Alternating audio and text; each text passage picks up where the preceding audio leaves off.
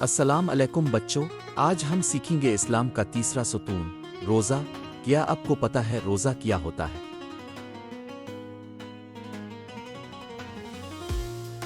روزہ رمضان کے مہینے میں رکھا جاتا ہے۔ ہم صبح سے لے کر شام تک کھانے پینے سے بچتے ہیں، یہ اللہ کی رضا کے لیے ہوتا ہے۔ ہم روزہ اس لیے رکھتے ہیں تاکہ صبر سیکھیں، اللہ کے قریب ہوں اور غریبوں کا احساس کریں۔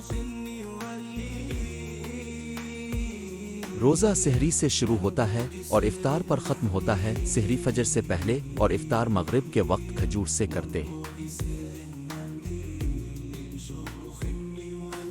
اللہ تعالیٰ ان بچوں سے بہت خوش ہوتے ہیں جو دل سے روزہ رکھتے ہیں اور اچھے کام کرتے ہیں۔